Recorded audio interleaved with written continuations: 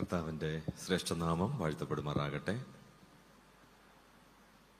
ഞാൻ ആദ്യമായിട്ടാണ് ഇങ്ങനെ രണ്ട് വിവാഹ നിശ്ചയം ഒരുമിച്ച് നടക്കുന്ന ഒരു വേദിയിൽ ദൈവത്തിൻ്റെ വചനം ശുശ്രൂഷിക്കുന്നത്. ഇങ്ങനെ ഒരു ശുശ്രൂഷ ഒരുമിച്ച് ആദ്യമായിട്ടാണ് കാണുന്നത്. നിങ്ങളും അങ്ങനെ തന്നെയാണെന്ന് വിശ്വസിക്കുന്നത് അല്ലേ? വളരെ സന്തോഷമുണ്ട്. പ്രിയ കുഞ്ഞുങ്ങളുടെ വിവാഹ നിശ്ചയം വളരെ അനുഗ്രഹിക്കപ്പെട്ട നിലയിൽ നടക്കുവാൻ കർത്താവ് സഹായിച്ചതോർത്ത് സ്തോത്രം ചെയ്യുന്നു. കർത്താവ് ഇത്രത്തോളം നമ്മളെ സഹായിച്ചു. കർത്താവിന് എല്ലാ മഹത്വവും ഞാൻ അർപ്പിക്കുകയാണ്.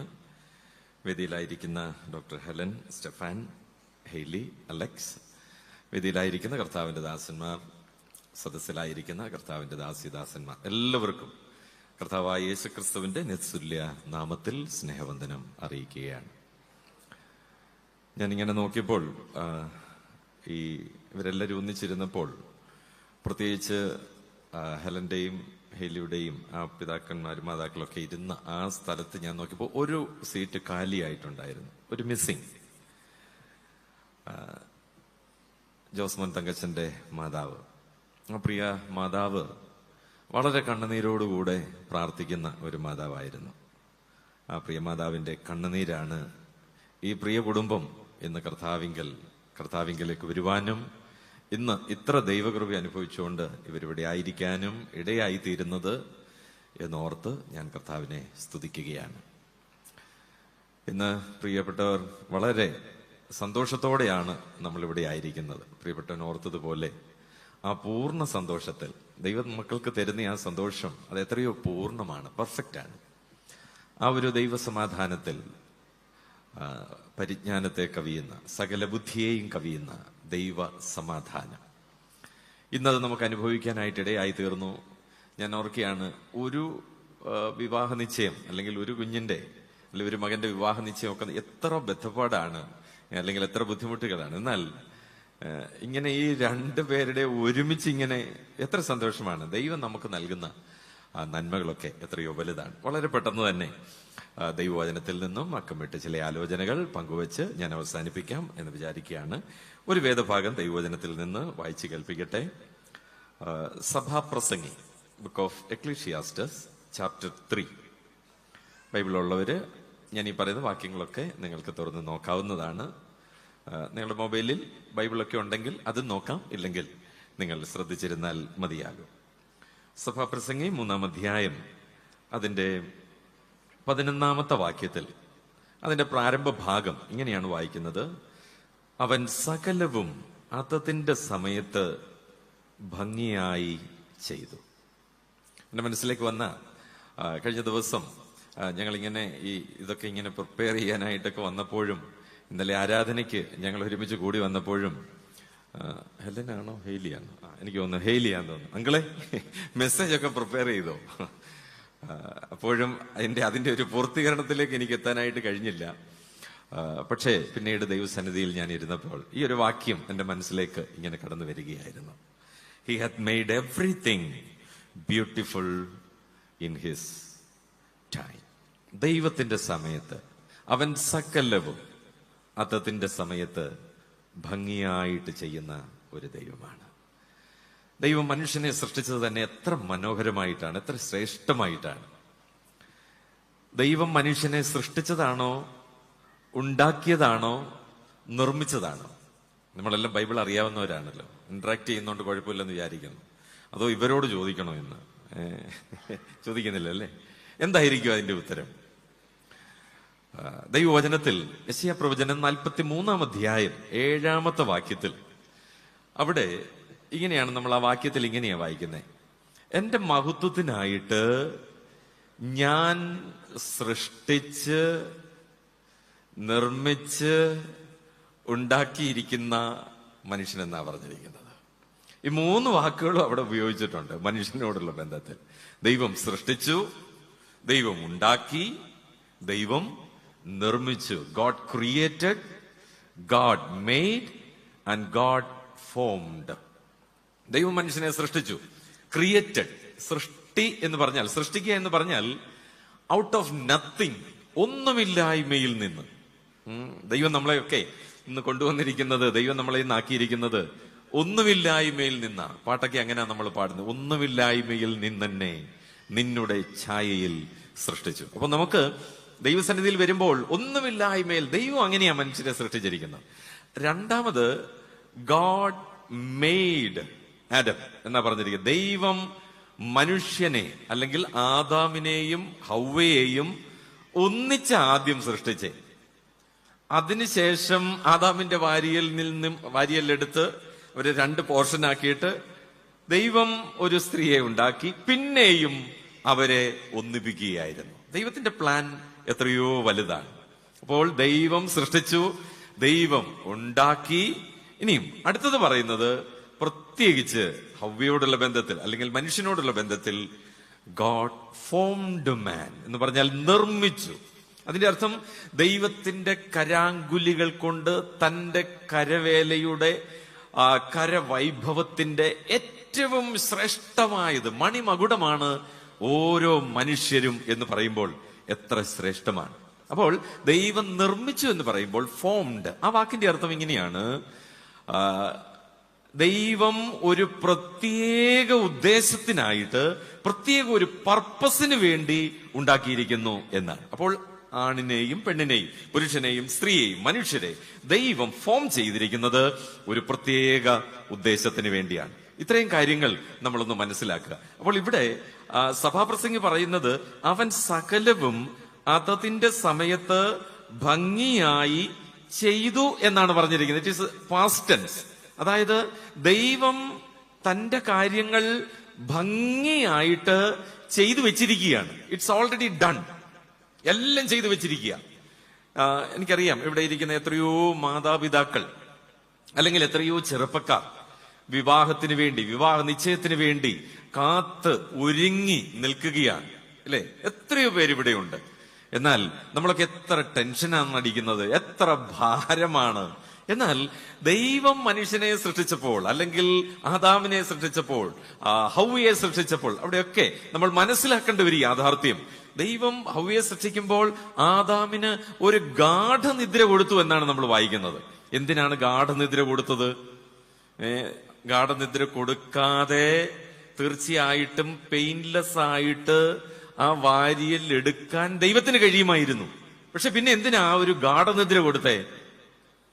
ഇനി ആദാമിന് ഒരു ഹാഫ് മെമ്മറി അല്ലെങ്കിൽ സ്ലീപ്പൊക്കെ ആയിരുന്നെങ്കിൽ തീർച്ചയായിട്ടും കണ്ണൊക്കെ ഒന്ന് തുറന്നു നോക്കിയിട്ട് പറഞ്ഞേനെ, അല്ല, ഹെലനെ പോലെ ഇത്രയും ഷൈനിങ് ആയിട്ടുള്ള ഒരു ഫേസ് ഉള്ളതായിരിക്കണം, അല്ലെങ്കിൽ ഹെയ്ലിയെ പോലെ ഇത്രയും പവർഫുൾ ആയിട്ടുള്ള അല്ലെങ്കിൽ ഒരു എനർജറ്റിക് ആയിട്ടുള്ള ഒരു കുഞ്ഞിനെ വേണം, മുടി ഇച്ചിരൂടെ നീളം വേണം, മൂക്കിന് ഇച്ചിരൂടെ നീളമുള്ളത് നല്ലതാ, ചിരിക്കുമ്പം നല്ല മുഖമായിരിക്കണം, ചിരിക്കുമ്പം വൈരൂപ്യമുള്ള, അങ്ങനെയൊക്കെ ഒരു പക്ഷെങ്കിൽ പറയാൻ സാധ്യതയുണ്ട്. ഞാൻ മനസ്സിലാക്കുന്ന ഇങ്ങനെയാ, ചുരുക്കത്തിൽ പറഞ്ഞു കഴിഞ്ഞാൽ the complete submission to the will of God, ദൈവത്തിന്റെ ഇഷ്ടത്തിന് പരിപൂർണമായിട്ട് സമർപ്പിക്കുന്നതിന് തുല്യമാണ് ആ ഗാഠനിദ്ര എന്ന് പറയുന്നത്. അപ്പോൾ ദൈവം എല്ലാവർക്കും, എല്ലാ മനുഷ്യരോടുള്ള ബന്ധത്തിലും, പ്രത്യേകിച്ച് തന്റെ മക്കളോടുള്ള ബന്ധത്തിൽ ദൈവം എത്ര ക്ലിയർ ആയിട്ട്, എത്ര ഭംഗിയായിട്ട്, ഇടയ്ക്കിടയ്ക്കൊക്കെ ജോസ്മോൻ തങ്കച്ചൻ ഞങ്ങളെയൊക്കെ വിളിക്കുമ്പോൾ, എന്നെ സാംസകനെയൊക്കെ വിളിക്കുമ്പോൾ, ബ്രദറെ, ആ വിളി കേൾക്കുമ്പോഴേ അറിയാം എന്തിനാണെന്ന്, ബ്രദറെ എന്ന് പറയുമ്പോൾ ഞങ്ങൾക്കത് മനസ്സിലാകുന്നുണ്ട് എന്ന് പറഞ്ഞാൽ ആ ഒരു ഭാരം. എന്നാൽ ദൈവസന്നിധിയിൽ പൂർണ്ണമായിട്ട് അപ്പോഴൊക്കെ ഞങ്ങൾ പറയുന്ന ഇതാണ്, ബ്രദറെ, ദൈവം കരുതിയിട്ടുണ്ട്, ദൈവം ഒരുക്കിയിട്ടുണ്ട്, തക്ക സമയത്ത് നമുക്കത് കാണിച്ചു തരും. ഇത്ര മാത്രമേ ഉള്ളൂ. എന്റെ പ്രിയപ്പെട്ടവരെ, ഞാൻ പറയട്ടെ, ദൈവം സകലതും ഭംഗിയായിട്ട്, ബ്യൂട്ടിഫുൾ ആയിട്ട് ചെയ്തു വെച്ചിട്ടുണ്ട്. നമ്മൾ ചെയ്യേണ്ട ഒരു കാര്യം, കംപ്ലീറ്റ് ആയിട്ട് ദൈവത്തിന് എല്ലാ കാര്യങ്ങളും പൂർണ്ണമായിട്ട് വിട്ടുകൊടുത്തുകൊണ്ട് നമ്മൾ ദൈവസന്നിധിയിൽ സമർപ്പിക്കുകയാണെങ്കിൽ അത് എത്രയോ അനുഗ്രഹിക്കപ്പെട്ടതായിരിക്കും എന്നുള്ളതിന് യാതൊരു സംശയവുമില്ല. അപ്പോൾ ദൈവം സകലവും നന്നായിട്ട് ചെയ്തു വെച്ചിരിക്കുന്നു. ഇനിയും മർക്കോസിന്റെ സുവിശേഷം 7-ാം അധ്യായം അതിന്റെ ഏറ്റവും ഒടുവിലേക്ക് വരുമ്പോൾ കർത്താവ് ഒരു മനുഷ്യനെ സൗഖ്യമാക്കിയ കാര്യമാണ് അവിടെ പറയുന്നത്.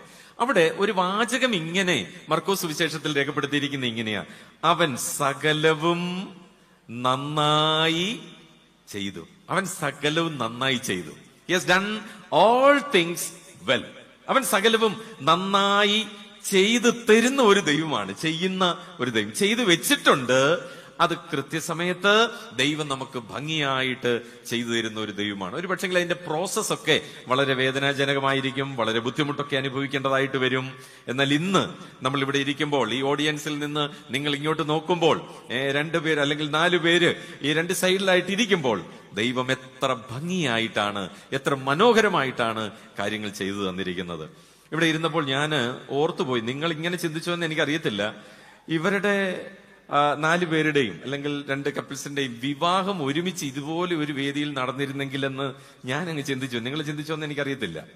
അത് നല്ലതായിരുന്നല്ലേ? പക്ഷെ അങ്ങനെയല്ല. ദൈവത്തിന്റെ വ്യവസ്ഥ, അത് ചെറിയൊരു മർമ്മമുണ്ട്, അത് ഞാൻ പിന്നീട് പറയുന്നതായിരിക്കും. അപ്പോൾ ദൈവം സകലവും നന്നായി ചെയ്തു തരുന്ന ഒരു ദൈവമാണ്. ഇനി അത് മാത്രമല്ല, ഈ വാക്യം ഒന്ന് ക്ലിയർ ആയിട്ട് നമ്മളൊന്ന് പരിശോധിച്ചാൽ, ദൈവം സകലവും അതതിന്റെ സമയത്താ ചെയ്യുന്നത് കേട്ടോ. ഓർത്തിരുന്നോണം, എല്ലാത്തിനും അതിൻ്റെതായ ഒരു സമയമുണ്ട്. ജ്ഞാനിയായ ശലോമോൻ പറയുന്നത്, എല്ലാറ്റിനും ഒരു കാലമുണ്ട്, എല്ലാറ്റിനും ഒരു കാലമുണ്ട്, അതതിന്റെ സമയത്ത്. അതിനു മുമ്പ് കയറി നമ്മൾ ചെയ്യരുത്. അതിനു മുമ്പ് കയറി നമ്മൾ വാശി കാണിക്കുകയോ ധൃതി കാണിക്കുകയോ ചെയ്യരുത്. ദൈവം സകലവും ചെയ്യുന്നത് അതതിന്റെ സമയത്താണ്. ഇനി അതതിന്റെ സമയത്ത് ചെയ്താൽ എന്തെങ്കിലും പ്രത്യേകതയുണ്ടോ? അത് ബ്യൂട്ടിഫുൾ ആയിരിക്കും, അതിന് യാതൊരു കുഴപ്പവും ഉണ്ടാവുകയില്ല. അത് വളരെ മനോഹരമായിട്ട് ചെയ്യണമെങ്കിൽ അതതിന്റെ സമയത്തായിരിക്കണം. ഇനി ഒന്നുകൂടെ ആ വാക്യം ഒന്ന് വായിച്ചാൽ ഒരു കാര്യം കൂടെ മനസ്സിലാകും. അവൻ സകലവും അതതിന്റെ സമയത്ത് ഭംഗിയായിട്ട് ചെയ്യുന്നു. ആരുടെ സമയത്താ? ദൈവത്തിന്റെ സമയത്തായിരിക്കും. നമുക്ക് പലപ്പോഴും ആഗ്രഹമുണ്ട്, 25 വയസ്സായി, ഇനി ആലോചന തുടങ്ങാം. ചിലരാന്നേ 18 കഴിയാൻ നോക്കിയിരിക്കുക, ചിലര് എത്രയും പെട്ടെന്ന്. നോ, എന്റെ പ്രിയമുള്ളവരെ, ഇനിയും ഇവിടെ ഇരുന്ന് ആരെങ്കിലും ചിന്തിക്കുന്നു, അയ്യോ താണ്ട് ഈ കുഞ്ഞുങ്ങളുടെ കല്യാണം കഴിഞ്ഞല്ലോ, എന്റെ മക്കൾക്ക് ഇതിലും പ്രായം കൂടിയല്ലോ, അവരുടെ കല്യാണം എന്താ നടക്കാത്തെ, അവരുടെ വിവാഹം എന്താ നടക്കാത്തെ? ഞാൻ പറയട്ടെ, ദൈവത്തിന്റെ സമയത്ത്, അതതിന്റെ സമയത്ത് ദൈവം ഭംഗിയായിട്ട് കാര്യങ്ങൾ ചെയ്യുന്ന ദൈവമാണ്, യാതൊരു സംശയവുമില്ല. ഇനിയും ചിലപ്പോൾ നമ്മൾ ചിന്തിച്ചേക്കാം, എന്താ വൈകുന്നേ, എന്താ ഇത്ര പ്രയാസം നേരിടുന്നേ? അതിനും ദൈവവചനത്തിൽ പറഞ്ഞിരിക്കുന്ന റോമാലേഖനം 8-ാം അധ്യായം 28-ാമത്തെ വാക്യത്തിൽ, അവൻ സകലവും നന്മയ്ക്കായിട്ട് കൂടി വ്യാപരിപ്പിക്കുന്ന ദൈവമാണ്. ഓരോ കാര്യങ്ങൾ നമ്മുടെ ജീവിതത്തിൽ, നിങ്ങളുടെ ജീവിതത്തിൽ ലേറ്റാകുന്നെങ്കിൽ, ചില പ്രയാസങ്ങൾ നമ്മൾ നേരിടുന്നെങ്കിൽ, ഒരു കാര്യം മനസ്സിലാക്കിക്കൊള്ളുക, ദൈവം സകലവും ദൈവത്തിന്റെ സമയത്ത് ഭംഗിയായിട്ട് അതതിന്റെ സമയത്ത് നമുക്ക് ചെയ്തു തരുന്ന എന്തിനാണെന്ന് ചോദിച്ചാൽ, എന്റെ നന്മയ്ക്ക് വേണ്ടിയാണെന്ന് ചിന്തിക്കാൻ കഴിയണം. നമ്മുടെ ഓരോരുത്തരുടെയും നന്മയ്ക്ക് വേണ്ടിയാണ് എന്ന് ചിന്തിക്കണം. അത് സമയത്ത് ചെയ്താലും ഇനിയും എന്റെ ദൃഷ്ടിയിൽ അല്പം ദീർഘിച്ചു പോയാലും ഒരു കാര്യം മനസ്സിലാക്കുക, എന്റെ നന്മ എന്താണെന്ന് ആദ്യമെങ്കിൽ അവസാനം അറിയാവുന്ന നമ്മുടെ സർവശക്തനായ ദൈവത്തിനറിയാം, യാതൊരു സംശയവുമില്ല. ദൈവവചനത്തിൽ ഇന്നിവിടെ 2 വിവാഹ നിശ്ചയങ്ങൾ ഇന്നിവിടെ നടക്കുകയുണ്ടായി, ഒരു വേദിയിൽ നടക്കുകയുണ്ടായി. ബൈബിളിൽ 2 വിവാഹ നിശ്ചയങ്ങളെ കുറിച്ച് പ്രത്യേകിച്ച് പറഞ്ഞിട്ടുണ്ട്. അത് ആരുടെയൊക്കെ വിവാഹ നിശ്ചയങ്ങളായിരുന്നു? അത് ഒരു പക്ഷെങ്കിൽ നിങ്ങൾ ചിന്തിക്കാൻ സാധ്യതയുണ്ട്. ഇനി നിങ്ങൾ ചിന്തിക്കുന്നതാണോ ഞാൻ പറയുന്നതെന്ന് പറഞ്ഞു കഴിഞ്ഞിട്ട് നിങ്ങളൊന്ന് ചിന്തിച്ചാൽ മതിയാകും. അതിങ്ങനെയാണ് 2 വിവാഹ നിശ്ചയങ്ങൾ. ഒന്ന്, ഗോഡ് പ്രപ്പോസ്ഡ് എ എൻഗേജ്മെന്റ് അല്ലെങ്കിൽ ആൻ എൻഗേജ്മെന്റ് ടു മാൻ. ദൈവം മനുഷ്യന് വേണ്ടി ഒരു വിവാഹ നിശ്ചയം കൊണ്ടുവരികയാണ്. അതെവിടെയാ? ഏദൻ തോട്ടത്തിലാ. നമുക്കറിയാം, ദൈവമാണ് മാരേജ് പ്ലാൻ ചെയ്തത്, ആലോചിച്ചത്, അത് പ്രപ്പോസ് ചെയ്തത് ദൈവമാണ്, അത് പെർഫോം ചെയ്തതും ദൈവമാണ്. അങ്ങനെയാണെങ്കിൽ ദൈവം മനുഷ്യർക്ക് വേണ്ടി വിവാഹ നിശ്ചയം കൊണ്ടുവരുന്നു. ഇനിയും 2ാമത്തെ വിവാഹ നിശ്ചയം ഏതാണ്? ഇതിന്റെ നേരെ ഓപ്പോസിറ്റ് ആണ്.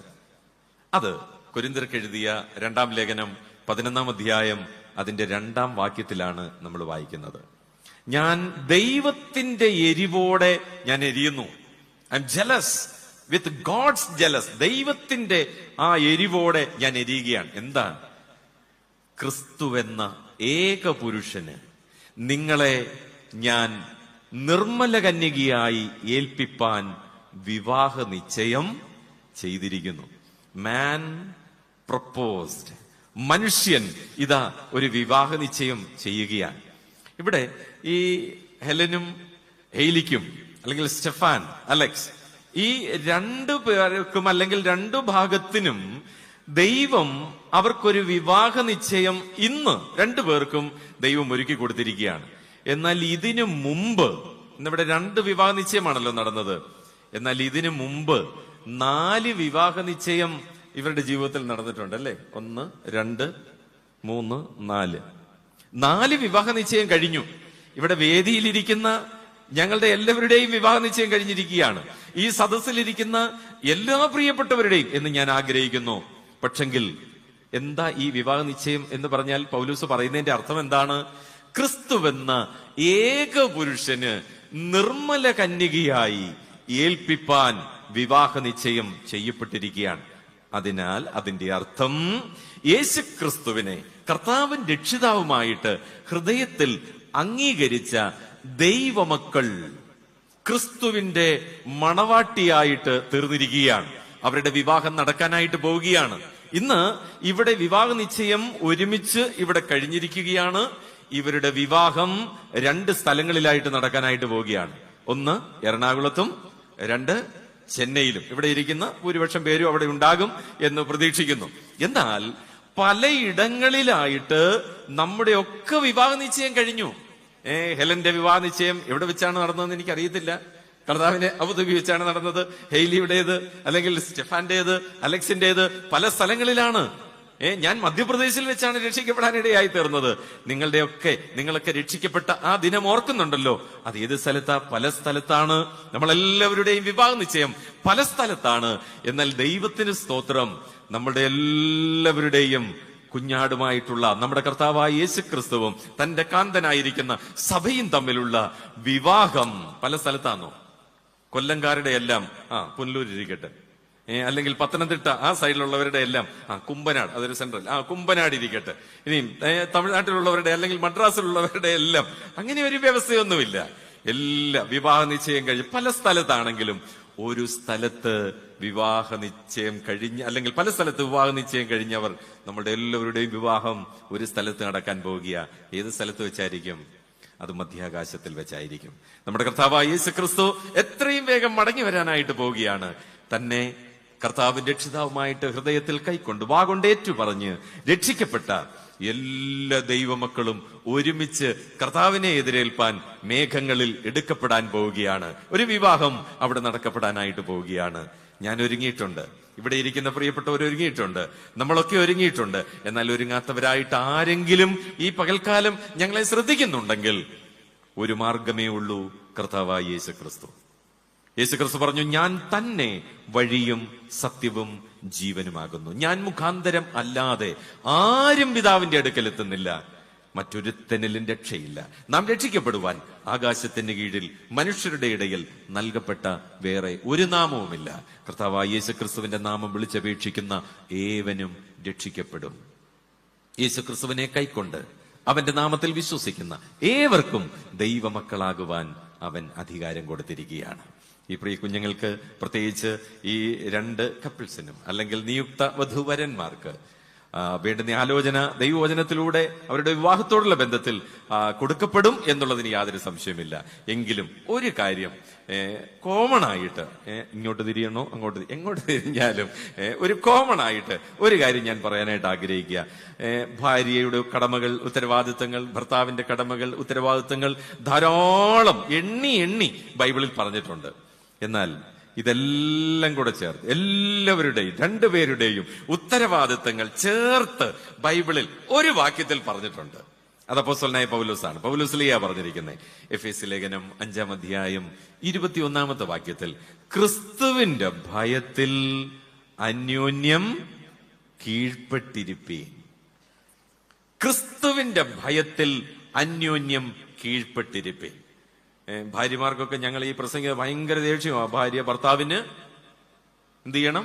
കീഴടങ്ങിയിരിക്കും. ഇതൊക്കെ കേൾക്കുന്നത് ഭയങ്കര ബുദ്ധിമുട്ടുള്ള ഒരു കാര്യമാണ്.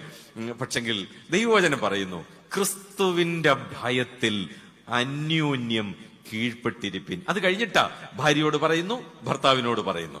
എന്ത് നല്ല ഒരു സ്റ്റേറ്റ്മെന്റ് ആണ് അവിടെ ആരംഭിക്കുന്നേ. ഒരു സന്തുഷ്ട കുടുംബജീവിതം, ശ്രേഷ്ഠമായ ദൈവസന്നദ്ധയിൽ കർത്താവിനെ മഹത്വം കരയറ്റുന്ന ഒരു കുടുംബജീവിതം ക്രിസ്തുവിന്റെ ഭയത്തിൽ അന്യോന്യം കീഴ്പ്പെട്ടിരിക്കുന്നവരാണ്. എന്താണ് അതിന്റെ അർത്ഥം? കീഴ്പ്പെട്ടിരിക്കുക എന്ന് പറഞ്ഞാൽ ഭാര്യ ഭർത്താവിന് ഭർത്താവിൻ്റെതായ ഉത്തരവാദിത്തങ്ങൾ ഭാര്യയോടുള്ള ബന്ധത്തിൽ നിറവേറ്റുന്നതിന് ഭാര്യ പൂർണ്ണമായിട്ട് ഭർത്താവിന് സമർപ്പിച്ചു കൊടുക്കുന്നതിനാണ് കീഴ്പ്പെടൽ എന്ന് പറഞ്ഞിരിക്കുന്നത്. നേരെ തിരിച്ചും.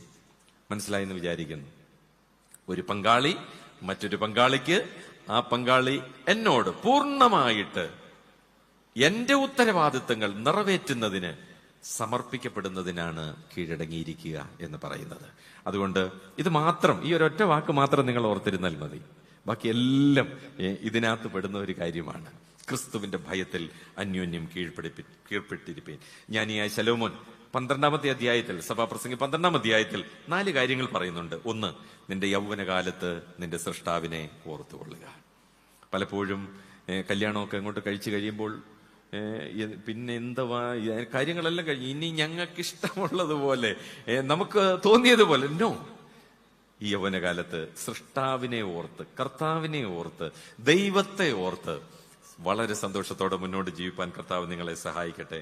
12-ാം അധ്യായത്തിന്റെ 13-ാമത്തെ വാക്യത്തിൽ ദൈവത്തെ ഭയപ്പെടുക. ഇന്ന് ദൈവത്തെ ഭയമില്ലാത്തത് കൊണ്ട് എന്തെല്ലാം പ്രശ്നങ്ങളാ കുടുംബജീവിതത്തിൽ വന്ന് ഭവിക്കുന്നത്. അതുകൊണ്ട് ദൈവത്തെ ഭയപ്പെട്ട് ജീവിപ്പാൻ കർത്താവ് നിങ്ങളെ സഹായിക്കട്ടെ. 3, അവന്റെ കൽപ്പനകളെ പ്രമാണിക്കുക. ഭാര്യയോടുള്ള ബന്ധത്തിൽ എന്തൊക്കെ കൽപ്പന ദൈവവചനത്തിൽ പറഞ്ഞിട്ടുണ്ടോ പൂർണ്ണമായിട്ട് അനുസരിക്കുക. ഭർത്താവിനോടുള്ള ബന്ധത്തിൽ എന്തൊക്കെ പറഞ്ഞിട്ടുണ്ടോ പൂർണ്ണമായിട്ട് അനുസരിക്കുക. മറുചോദ്യം ഒന്നും പാടില്ല. നമുക്ക് നിർവഹിക്കാവുന്ന അല്ലെങ്കിൽ ചെയ്യാവുന്ന കാര്യങ്ങൾ മാത്രമേ ദൈവവചനത്തിൽ പറഞ്ഞിട്ടുള്ളൂ. അതുകൊണ്ട് വളരെ പ്രാർത്ഥനയോട് ചെയ്യുക. ഏറ്റവും ഒടുവിലായിട്ട് 14-ാമത്തെ വാക്യത്തിൽ നമ്മൾ കണക്ക് കൊടുക്കേണ്ട ഒരു ദിവസമുണ്ടെന്ന് ഓർക്കുക. മറക്കരുത്. ദൈവത്തിന്റെ സന്നിധിയിൽ നമ്മൾ അക്കൗണ്ടബിൾ ആണ് എന്നുള്ളത് മറക്കാതിരിക്കുക. കർത്താവ് കൃപ നൽകട്ടെ. മത്തായിയുടെ സുവിശേഷം 19-ാം അധ്യായത്തിൽ അവിടെ പറയുന്നു, കർത്താവ് പറഞ്ഞു, ആദിയിൽ അങ്ങനെയല്ലായിരുന്നു. മോശ നിങ്ങളോട് കൽപ്പിച്ചത് നിങ്ങൾക്കാകാമെന്നാണ് ഉപേക്ഷണം. പക്ഷെങ്കിൽ കർത്താവ് പറഞ്ഞൊരു മറുപടിയുണ്ട്, നിങ്ങളുടെ ഹൃദയ കാഠിന്യം നിമിത്തമത്രേ. എന്താണ് ഹൃദയ കാഠിന്യം എന്നറിയാമോ? ദൈവവചനത്തിൽ ദൈവം കുടുംബത്തോട് പറഞ്ഞിട്ടുള്ളത് പൂർണ്ണമായിട്ട് ഗ്രഹിക്കാനുള്ള പ്രാപ്തിയില്ലാത്ത അവസ്ഥയ്ക്കാണ് ഹൃദയകാഠിന്യം എന്ന് പറഞ്ഞിരിക്കുന്നത്. അതുകൊണ്ട് നിങ്ങൾ ഹൃദയകാഠിന്യം ഒരിക്കലും പാടില്ല. ക്രിസ്തുവിന്റെ മനസ്സിലുള്ളവരായിട്ട്, ക്രിസ്തുവിന്റെ സ്നേഹത്തിൽ, ക്രിസ്തുവിന്റെ ഭയത്തിൽ അന്യോന്യം കീഴ്പ്പെട്ട് അനുഗ്രഹിക്കപ്പെട്ട കുടുംബജീവിതം മുന്നോട്ട് നയിപ്പാൻ കർത്താവ് നിങ്ങളെ സഹായിക്കട്ടെ. നിങ്ങളുടെ വിവാഹ ദിവസം ഏറ്റവും അടുത്തിരിക്കുകയാണ്. വളരെ പ്രിപ്പയർ ആയിട്ട് ദൈവസന്നിധിയിൽ ഉറച്ച തീരുമാനത്തോടെ കർത്താവിനോട് ചേർന്ന് നിന്ന് നിങ്ങൾക്ക് മുന്നോട്ട് പോകുവാൻ കർത്താവ് നിങ്ങളെ സഹായിക്കട്ടെ. കർത്താവിന്റെ തിരുനാമം എന്നും എന്നേക്കും വാഴ്ത്തപ്പെടുമാറാകട്ടെ. ആമേൻ.